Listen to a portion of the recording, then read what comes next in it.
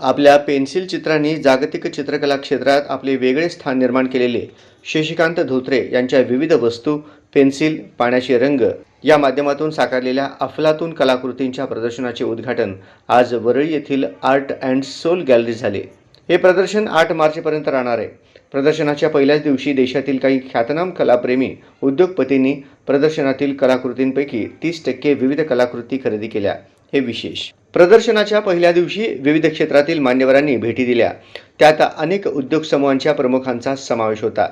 Poster boys fame सिने निर्माता, दिग्दर्शक, लेखक व अभिनेता समीर पाटील, संपादक, माध्यम तज्ञ व राजकीय विश्लेषक, अखिल भारतीय डिजिटल मीडिया संघटनेचे अध्यक्ष राजा माने, सोलापूर जिल्ह्यातील बार्शी येथील मातृभूमी प्रतिष्ठान समाजसेवी समूहाचे संस्थापक अध्यक्ष संतोष ठोंबरे, मातृभूमीचे सहसचिव व शिवशाखी बँकेचे संचालक मुरलीधर चव्हाण, उद्योजक कुंदन हुलावले, ज्येष्ठ पत्रकार तथा सावित्रीबाई फुले पुणे विद्यापीठाचे सिनेट सदस्य व प्रवरा मेडिकल ट्रस्टचे सल्लागार सचिन गोरडे पाटील, उद्योजक पत्रकार ब्रह्मा चेट्टे, अभिनेत्री शीतल चव्हाण यांनीही प्रदर्शनाला भेट दिली।